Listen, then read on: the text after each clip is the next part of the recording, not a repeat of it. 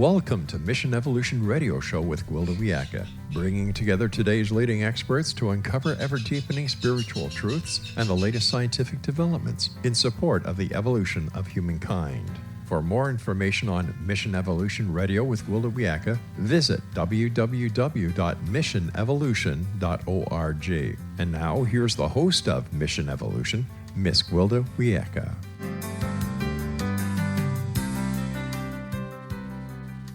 As we draw closer to the predicted singularity, it seems another use for artificial intelligence emerges daily. Meanwhile, many predict our continued existence may depend on the unseen forces at play at the quantum level.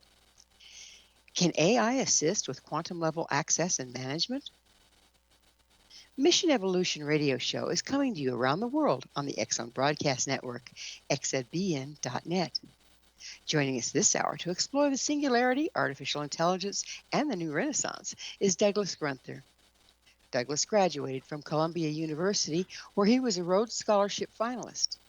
He's been the featured speaker in front of national audiences and is a dreamwork facilitator, certified by Dr. Jeremy Taylor, co-founder of the International Association for the Study of Dreams. His website, douglasgrunther.com. Douglas, thanks so much for joining us on Mission Evolution. Great to be with you, Gwilda. So it's been some interesting times that we're dealing with right now. And, it's hard to look around at the world events and not recognize we're in a time of great change. What do you think is causing all these shifts, Douglas? Well, I'm very much aware of the title of your podcast, Mission Evolution, which is right in line with the zeitgeist, because I am convinced, as are a number of others, that we, meaning humanity, is at the precipice of an evolutionary leap. This has happened before humans showed up and in human evolution. And I think that most of the anxiety that we're all feeling, while we want to say it's all the 24/7 news cycle, underneath that, I believe that the two main forces that are causing this anxiety, but are also unleashing creativity at a level that could cause and help this evolutionary leap, are AI, which for all of its issues and scariness is a potent form of intelligence that we unleashed. AI came out of the human brain, and we can talk during this conversation about ways of integrating with that. And then we also have what we politely call climate change, which is nothing less than the deterioration of the very biosphere that we need for life here on the planet. And we're already experiencing massive flooding around the world, massive droughts, increase in hurricanes and tornadoes. And this is only going to increase. And these are all, in my opinion, elements of nature's intelligence calling on us to make a very important evolutionary leap if we are to continue thriving here on planet Earth. Well, I understand that the evolution that you were speaking about that's happened before, evolutionary leaps, are precipitated by some major change that moves us forward. Some say it might be our relative positioning in the galaxy and the frequencies that impact the Earth. What do you think is setting this one up for us? As I continue to think about and contemplate where we are, keep coming back to nature's intelligence. Because for well over 500 years, beginning with modern Western civilization, but now all around the world, we've been under the spell, I would say, of what's called the materialist paradigm. Now, a paradigm is the way that we consciously and even more importantly, unconsciously see the world.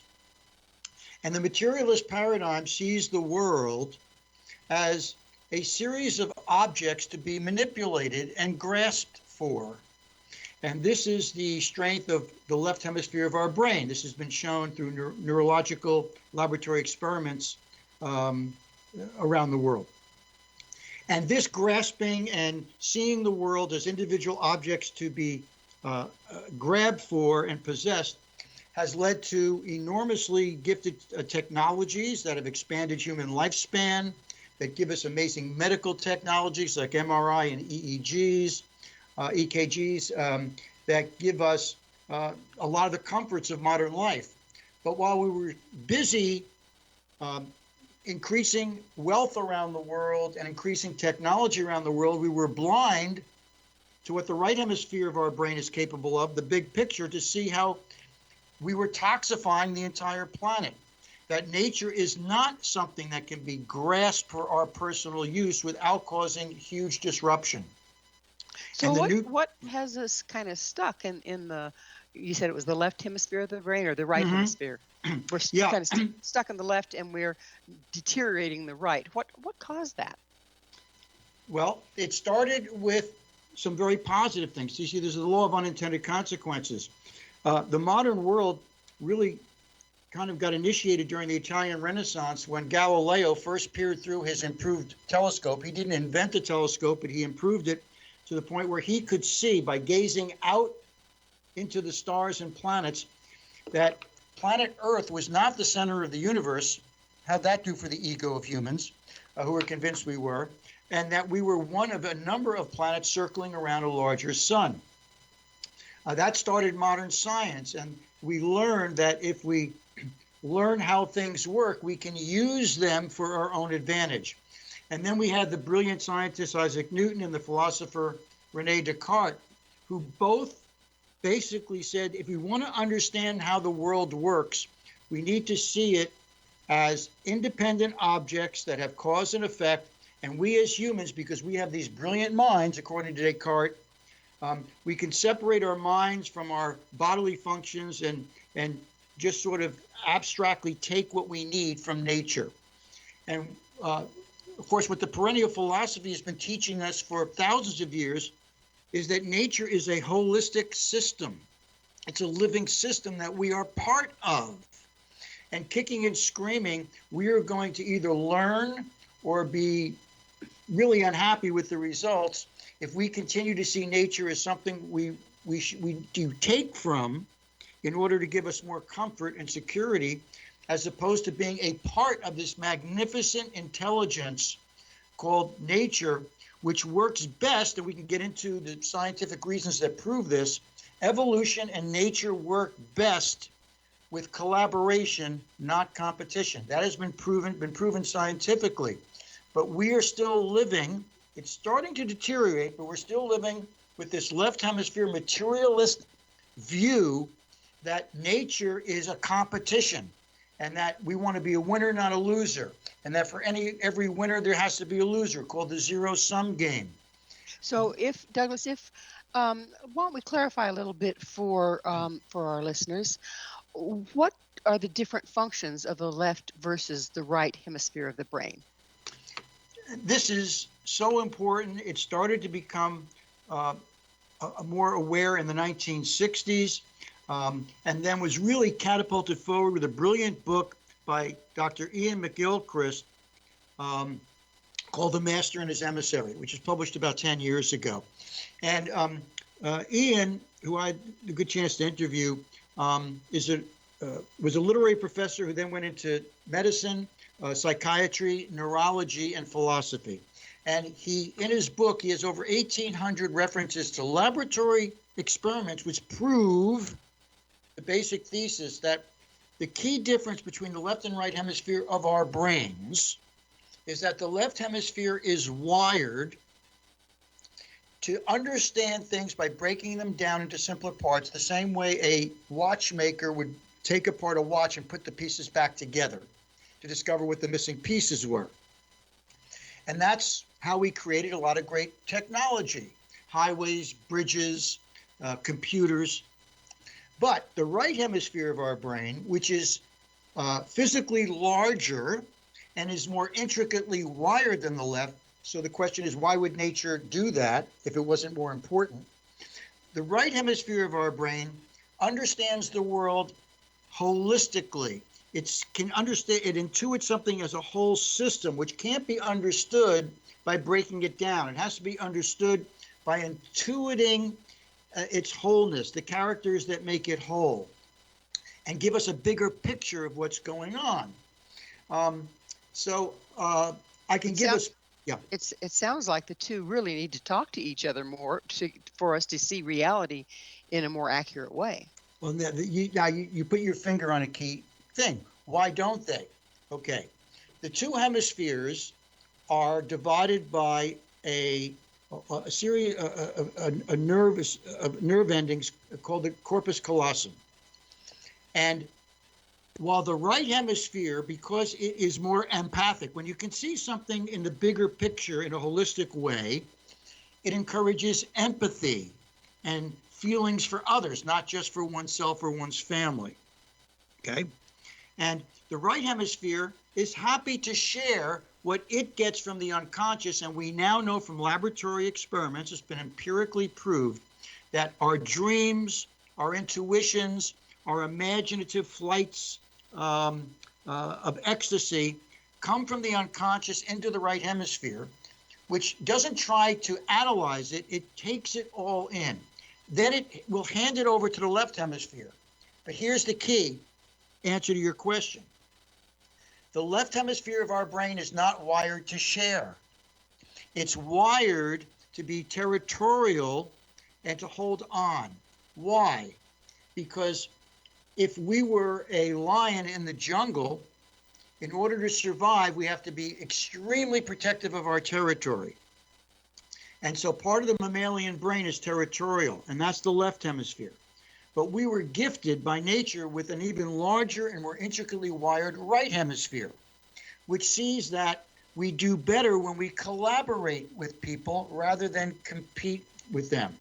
So the left hemisphere is just not wired to really converse with the right hemisphere. The right hemisphere is. So it's our job as the directors of our brains to make sure that that we give precedence to the right hemisphere when it comes to things like sharing, empathy, how to get along with others, how to create economic and social systems that benefit more people.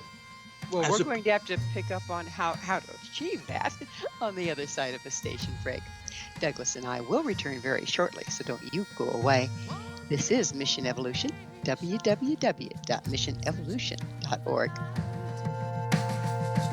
One people, one nation, searching for the light. One people, one nation, coming from the stars. One people, one nation, to heal this earth of ours.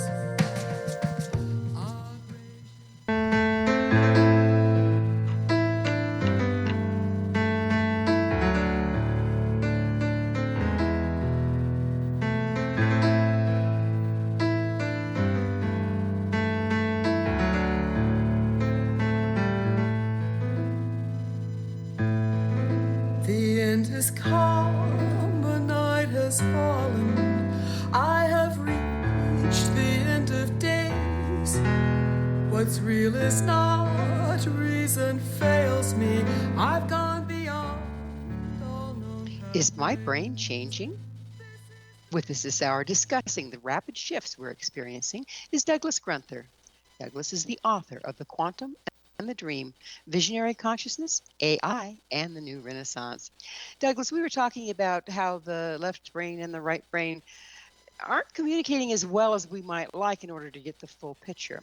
And you said the left brain is the selfish one and the right brain is the sharing, or was it the other way around? Yeah, that's correct. Yeah. Okay, so if the left brain is happy to share, but then the right brain hoards it, it kind of dead stops there, doesn't it? Well, it's actually the reverse. The right hemisphere never hoards. It's very empathic. It's a big picture seeker. Okay. It's a part of our brain. Everybody who's listening to this has experienced the right hemisphere of the brain. Anytime you're thrilled or upset by a dream, anytime you have an intuitive sense of something, anytime you have a flight of reverie or fancy, anytime you go into what's called an alpha brainwave state, when time just seems to flow, right? Instead of something being an arduous task, we sort of flow with it. All those experiences can be shown to occur in the right hemisphere of our brain. And it doesn't take a lot of effort and training, just really kind of intention to shift from the left to the right, because if we're aware of our actions, we know when we're being a little too self-centered and a little too materialistic, and when we are being more open, imaginative, and spiritual. And so nature gave us both of these sides of our brain, and it's our job to have them communicate. But here's, to me, the big thing that I've discovered and why I am optimistic about AI, despite its enormous issues. If we look at how computers think, it's very close to the way our left hemisphere thinks. Computers are already better than us at accessing information, analyzing that information by breaking it down into smaller parts, and then putting the parts together into a more cohesive whole. I don't think anybody can argue that as we sit here right now, computers are better at that function than we are. Before AI showed up, that was our big gold star. We were the species that could gather information, the age of information, analyze it, and use that information in ways no other animal could. We're not needed for that as much anymore because computers are already better. My point is that if computers are already better than us at most of what the left hemisphere does, that gives us the freedom to shift to the right hemisphere, which the computers can't do, because the right hemisphere is embodied in the human brain. We can't separate our minds from our bodies. Descartes thought we could. He was wrong. And so computers, as brilliant as they are, and they can certainly imitate human feelings, they can't feel because their intelligence is mechanistic. Our intelligence at its deepest level is embodied and what's called sentient. We can feel.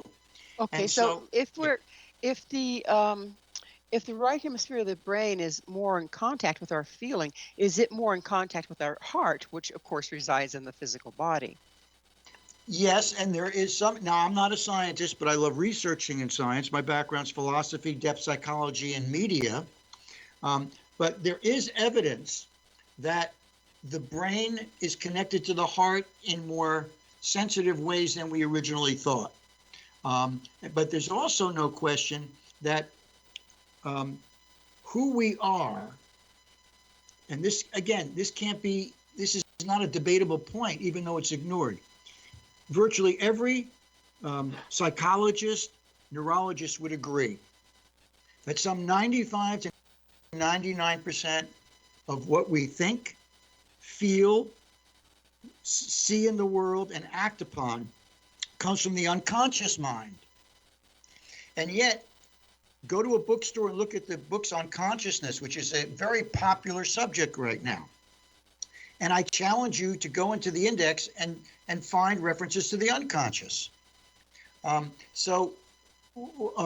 The right hemisphere of the brain is directly tied to our unconscious. And the more we learn to play in the right hemisphere, and I call the right hemisphere, Gwilda, the ultimate playground of vision and imagination, that's where we're going to be succeeding, not only philosophically and spiritually, but practically, because computers, as I mentioned, are terrific companions when it comes to accessing and analyzing information. But computers are forcing us to look at, I feel this is a call from nature's intelligence, from evolution, why we need the leap. The appearance of AI is, to me, a mirror that is challenging us to look more deeply into what it means to be human. Otherwise, we've replaced ourselves, haven't we? Absolutely. That's why people fear that computers are going to take over everything, because if we continue in the materialist paradigm, they will. I don't think so. We're already seeing evidence of this shift to the right hemisphere. And one of those is a quote that a lot of people might be familiar with from the great Albert Einstein. Now, Einstein was named by Time magazine as the person of the 20th century. That doesn't look bad on your resume, okay? and as a scientist. But here's a direct quote from Albert Einstein. Imagination is more important than knowledge, for knowledge is limited to all we now know and understand, while imagination embraces the entire world and all there ever will be to know and understand. Okay, that's coming from a scientist. And it's been shown that the reason he discovered relativity, E equals mc squared, before anybody else is because he loved to play in the right hemisphere of his brain. He did thought experiments, chasing light beams. But our entire educational system is designed on working in the left hemisphere of the brain, is it not? And remembering things that have already been discovered. This is why I'm so in love with the World Wide Web, for all of its noise and all of its problems. I could not agree with you more. One of the most, I'm getting chills now, one of the most vibrational experiences I ever had will speak to this. I was finishing up my freshman year at Columbia, and I lived about an hour away. And I was driving home, and I happened to drive by my old grade school. And something made me stop.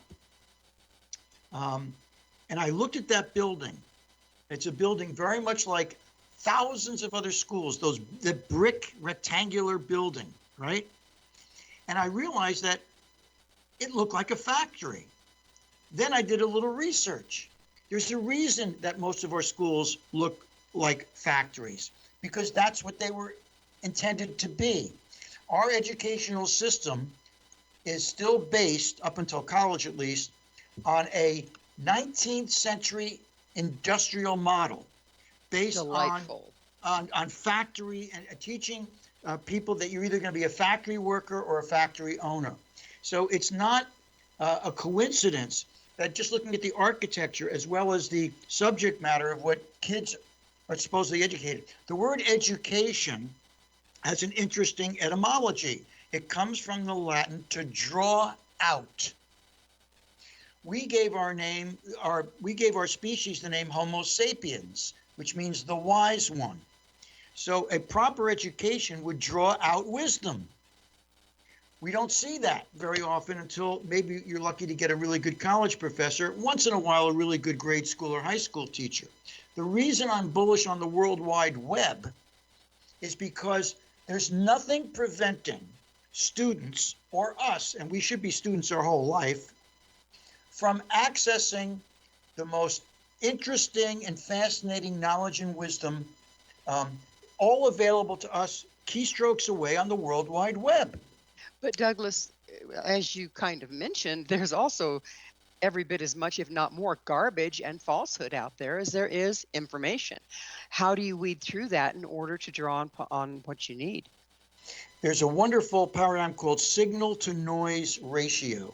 Okay, it's a mathematical formula for the reason that you and I can talk over the World Wide Web and we can hear each other clearly and your listeners can hear us clearly.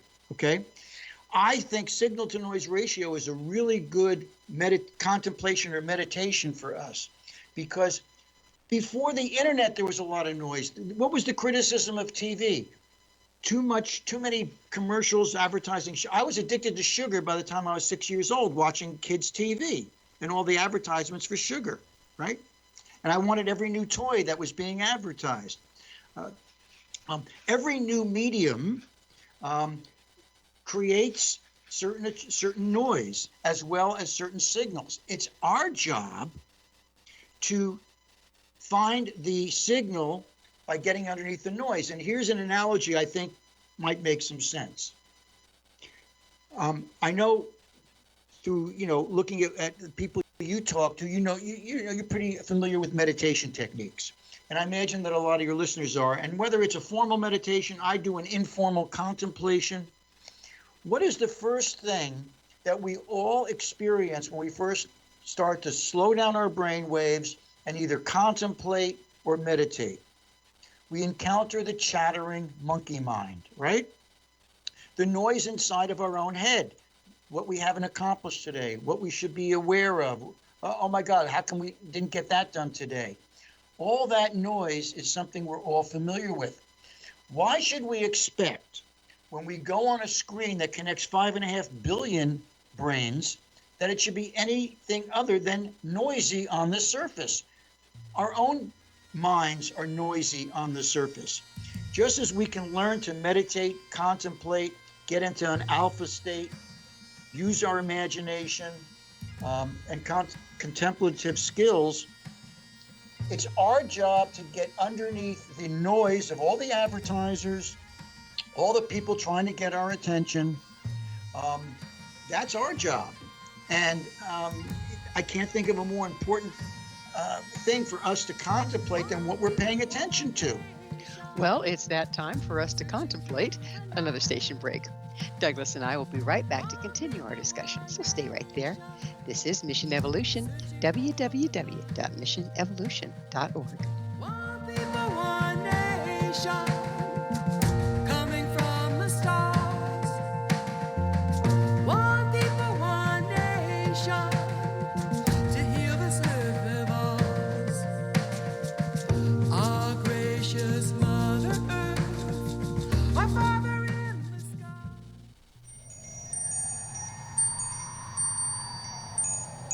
I've been broken, shattered, cast to the wind. I am scattered upon the wind. I've been broken, shattered, cast to the wind. I am scattered upon the wind. I've been broken, shattered, cast to the wind. I am scattered. If we're entering an age of unity, why can't we integrate our brains? This is Mission Evolution, missionevolution.org. With us discussing evolution and the impact of AI is Douglas Grunther. His website, douglasgrunther.com. So Douglas, that is the question. Instead of shifting hemispheres, can we move to the point that we can be integrating them? Yes, and I think that if we look at ourselves honestly, and I was very taken by the song or chant that you were playing during the break. Oh, thank you. About being broken. Mm-hmm. Okay. One of the ironies that I've come to realize, kicking and screaming, of course, is that we normally, individually and collectively, don't make a necessary leap until things fall apart. One of my favorite. We're seeing plenty of falling apart right now, aren't we? Well, yes, and if we look at evolution, the Italian, I'm calling for a new renaissance. You say, how can there be a new renaissance with all this political craziness and economic disparity and wars still going on, and we're still not feeding people we can, and all the climate change turbulence, and AI, what is it doing to us? All of this, to me, is nature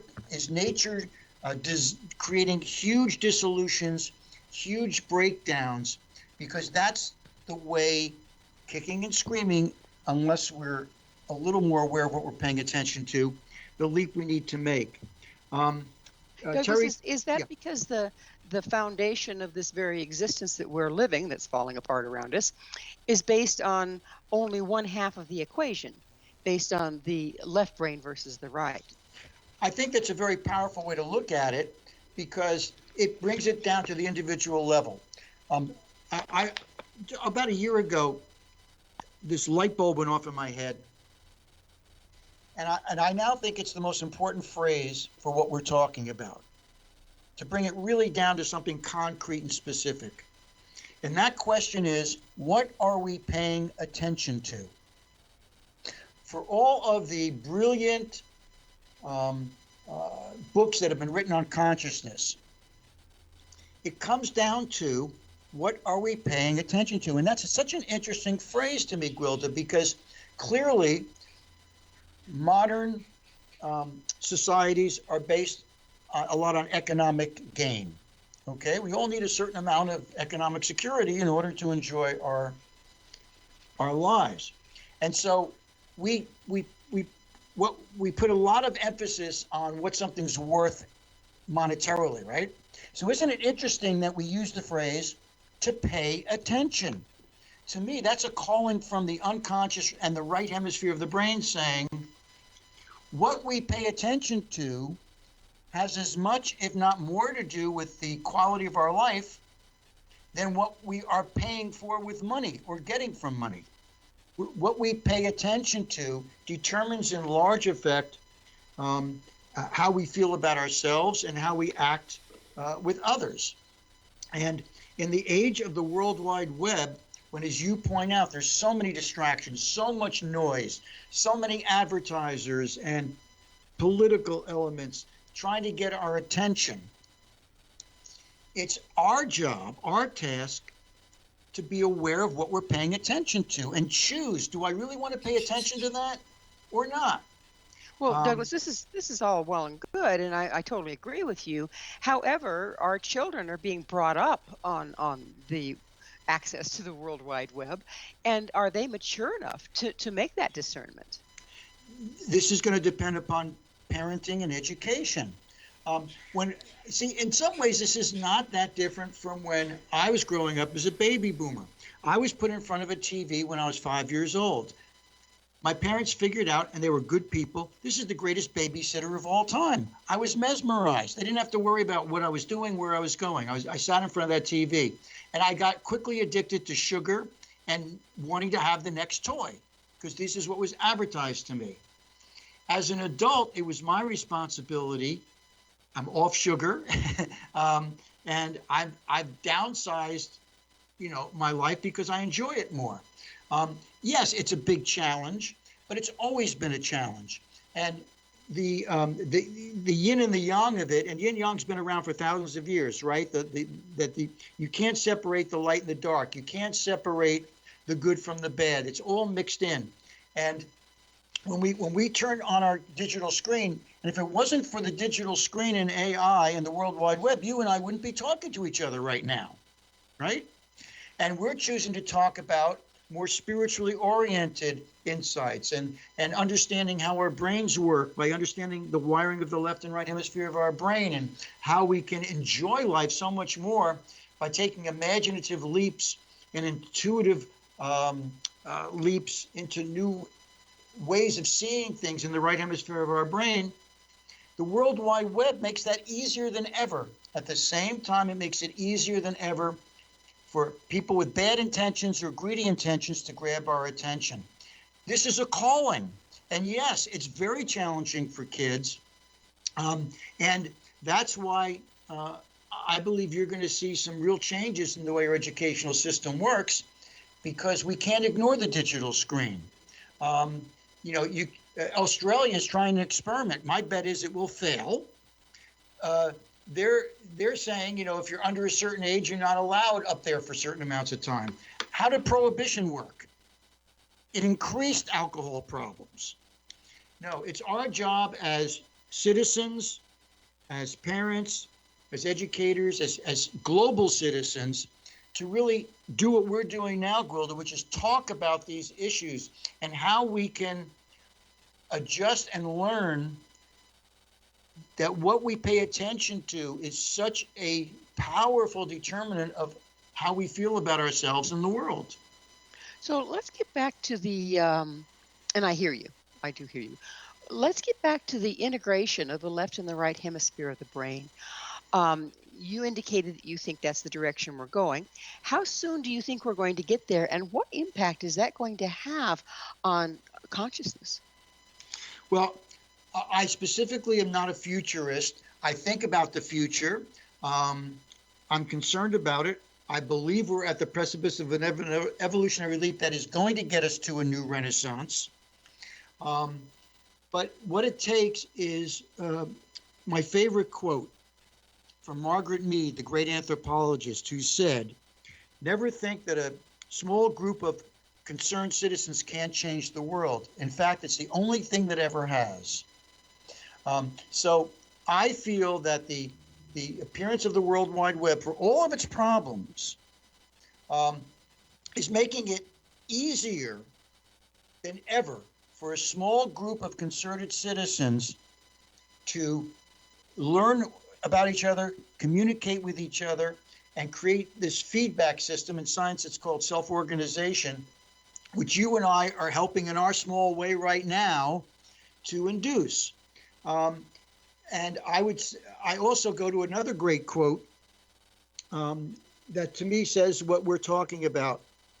In the late 1960s, when the Beatles were the most powerful force on the planet, John Lennon was put under great pressure to come up with a song that could express to all of his millions of young followers, like me, how to deal with the revolutionary shifts going on in the in the 60s revolution, the Cultural Revolution. And he came up with this brilliant lyric in the song Revolution, which says, "You say it's the institution. I say you better free your mind instead." Okay, so I would put John Lennon on the same level as a Nelson Mandela, because he was saying, with all the turbulence, it's not just about protesting. It's not just about joining organizations. We are here on the planet to try to figure out how we can use our minds most effectively. And our minds are connected with our hearts. And that's what's created leaps in evolution before. You know, the Italian Renaissance was induced in great part by the horrific Black Plague, which was on its way to killing a third of Europe. And they didn't know what the cause was. And that inspired them to extract as much wisdom as they could from the past and then integrate it and create new ways of thinking and seeing the world. And I believe we're in a similar situation now. I believe that climate change and the spread of AI is just as powerful and frightening a force as the Black Plague was. And I am confident that we humans, as we've done before, we made it through ice ages with technologies no more sophisticated than sticks and stones. You know, I still have confidence that kicking and screaming, perhaps, and with a lot more turbulence than we'd like, enough of us are going to free up our minds, shift to the right hemisphere, and realize that the jobs of the future are going to be more about imagination and creativity than a resume. And that's already happening. Well, I don't know if we'll have time to finish this question in this segment, but I'd like to initiate it. We've been talking theory and all this is wonderful, but where does the rubber hit the pavement? How do we physically shift from one side of the brain to the other, and how can we move towards integration? Many ways. On an individual level, my choice is dreamwork. Pay more attention to your dreams. My dream teacher, Jeremy Taylor, wrote a wonderful book. There are many great books on how to learn to not only understand your dreams intellectually, but feel what they're trying to tell us. I think that that if we look at our educational system, right now, a student can use a chat bot and create an essay in less than 30 seconds that sounds pretty good, and then maybe spend a little time just rewriting it a little bit. So it's up to teachers to give assignments that are more imaginative. So for an example, here would be a specific example. If a teacher... Well, I'm sorry, Douglas. We have run into that time when we need to take another station break and pick this up on the other side. Please stay with us as Douglas and I continue to explore our rapidly changing reality. This is Mission Evolution, www.missionevolution.org. Searching for the light. One people, one nation, coming from the stars. One people, one nation, to heal this earth of ours. Our gracious Mother Earth.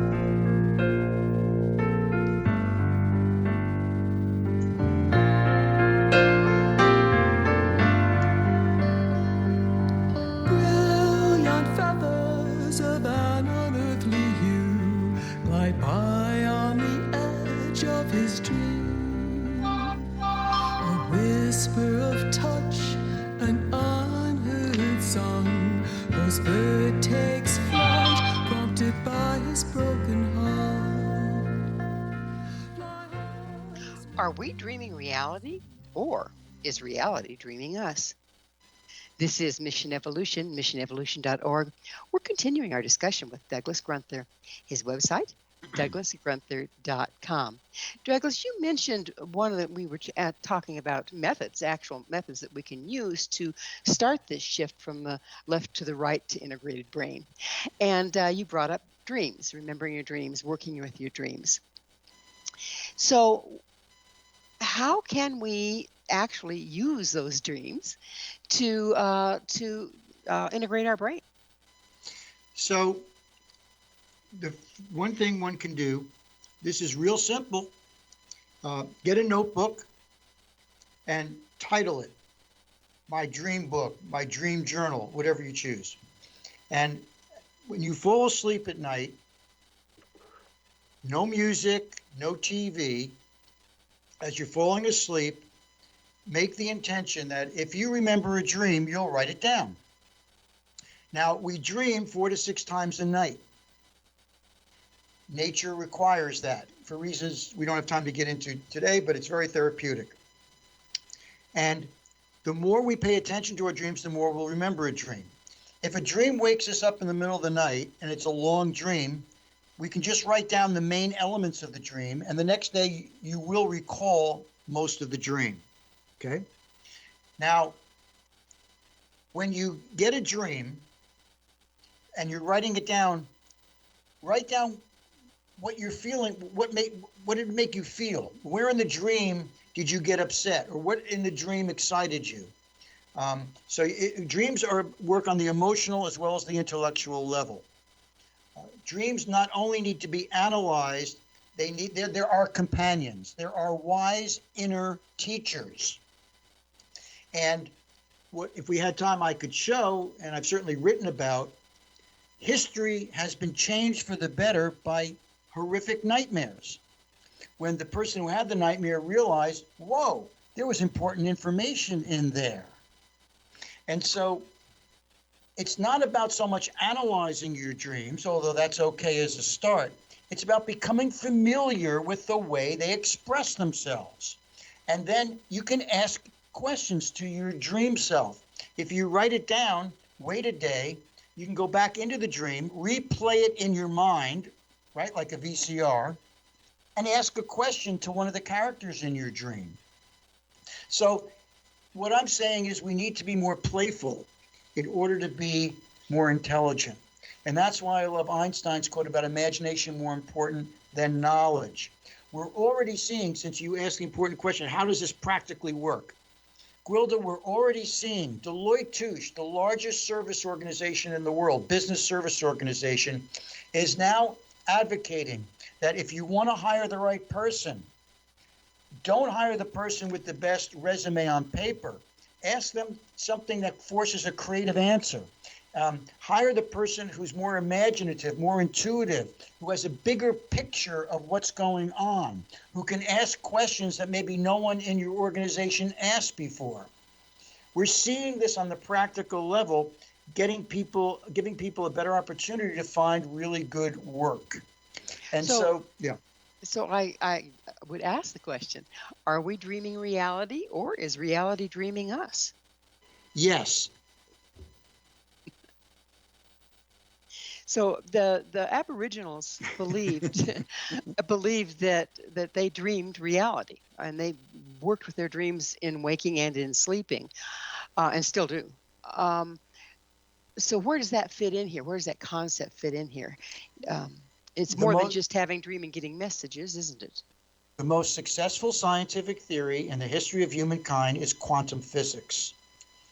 And the key players, the key developers of quantum physics, 4 of them, were deeply immersed in ancient Eastern spiritual wisdom. One of them, who was nominated for a Nobel Prize by Albert Einstein, Wolfgang Pauli, was fascinated by his dreams. It's not a coincidence.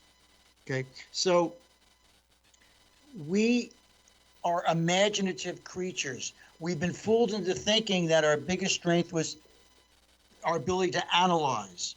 Computers are already better at that. Let's use computers as our analysis companions, so that we can start accessing and playing with, because the right hemisphere loves to play. Our dreams love to play. That's why they're tricky.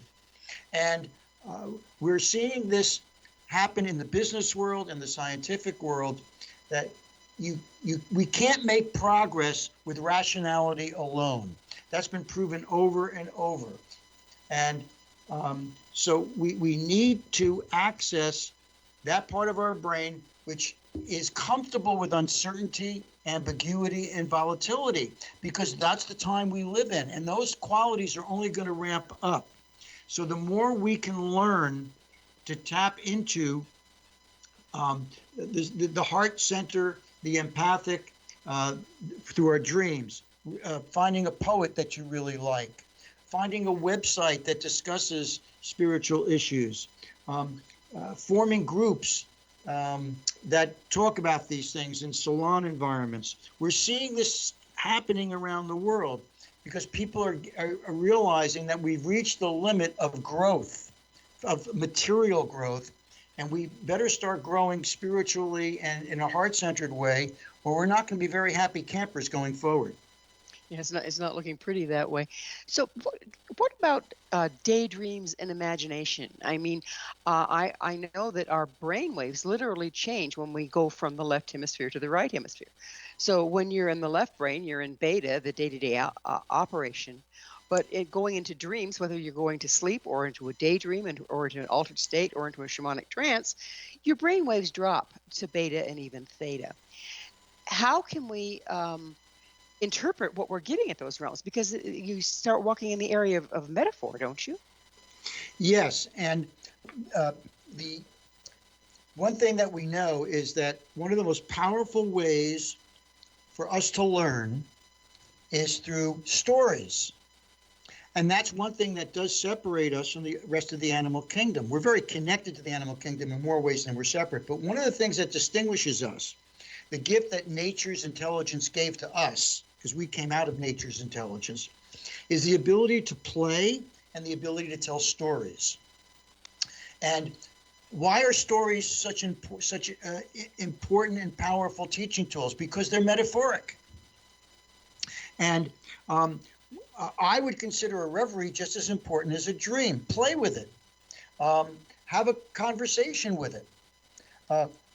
We're able to self-reflect. We're able to have conversations with those inner images and sensations that come to us through our dreams, our intuitions, our imaginative leaps, all of which we know neurologically enter the right hemisphere of the brain. So if I just had this thought, it might be right, it might be wrong, but if we are engaging in a story, that leads us to jump into the right hemisphere of the brain to create the imagery of what we're hearing. Am I on the right track here? Yes, and one of my favorite teachers of all time, he's not as well known as I would prefer, is Dr. Milton Erickson. Very few people know who he was.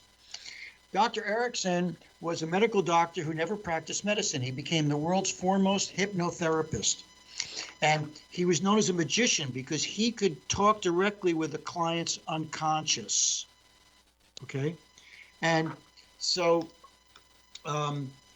he taught that if you want to put yourself into a trance or someone else into a trance, the phrase that's most powerful is "once upon a time." There you have it. Drops you right in there, doesn't it? Drops you into story mode. Yeah. And what science is starting to reveal, the right hemisphere, more metaphor, the scientists who are more into the right hemisphere, like the quantum theorists, understand that at the quantum level of existence, as well as with the human unconscious and the right hemisphere of our brain, imagination is more important than knowledge. Not just because imagination is fun, but imagination can get us into a deeper understanding of who we are and how we connect to the world than any other faculty we have. Albert Einstein said it, if it's good enough for him, it should be good enough for us. So I have a strong question for you. Douglas, are we looking at the eve of destruction or a new renaissance? We're looking at a new renaissance. But as I mentioned before, Gwilda, and this is crucial, you don't get a renaissance or an evolutionary leap without a huge dislocation and falling apart. It's the way nature works. Before we ever showed up on the planet, nature created forest fires that were very destructive. Why?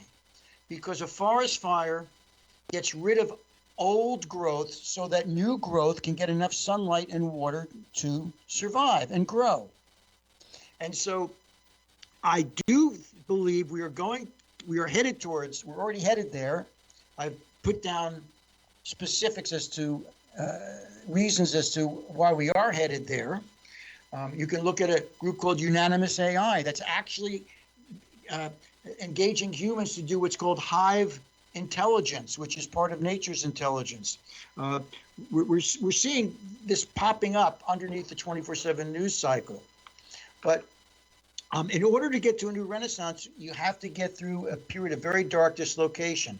I mentioned the Italian Renaissance during the Black Plague. Anthropologists now say that the reason our ancestors evolved into us is because of a huge climate change that happened in Africa, which went from a tropical over a period of time to a grassland. And as a result, creatures had to learn to stand up on their 2 feet to see over the grass and learn Well, to... Douglas, it's unfortunately we're out of time. So, but I can't thank you enough for coming on the show. It's so much fun talking with you and getting a chance to use our imagination and have a nice reverie conversation. Thanks again. Our guest this hour has been Douglas Gunther, the author of The Quantum and the Dream, Visionary Consciousness, AI, and the New Renaissance. To find out more about Douglas, where you can find his book and all he has to offer, visit his website, douglasgrunther.com. This has been Mission Evolution with Gwilda Wiyaka. For more information or to enjoy past archived episodes, visit www.missionevolution.org.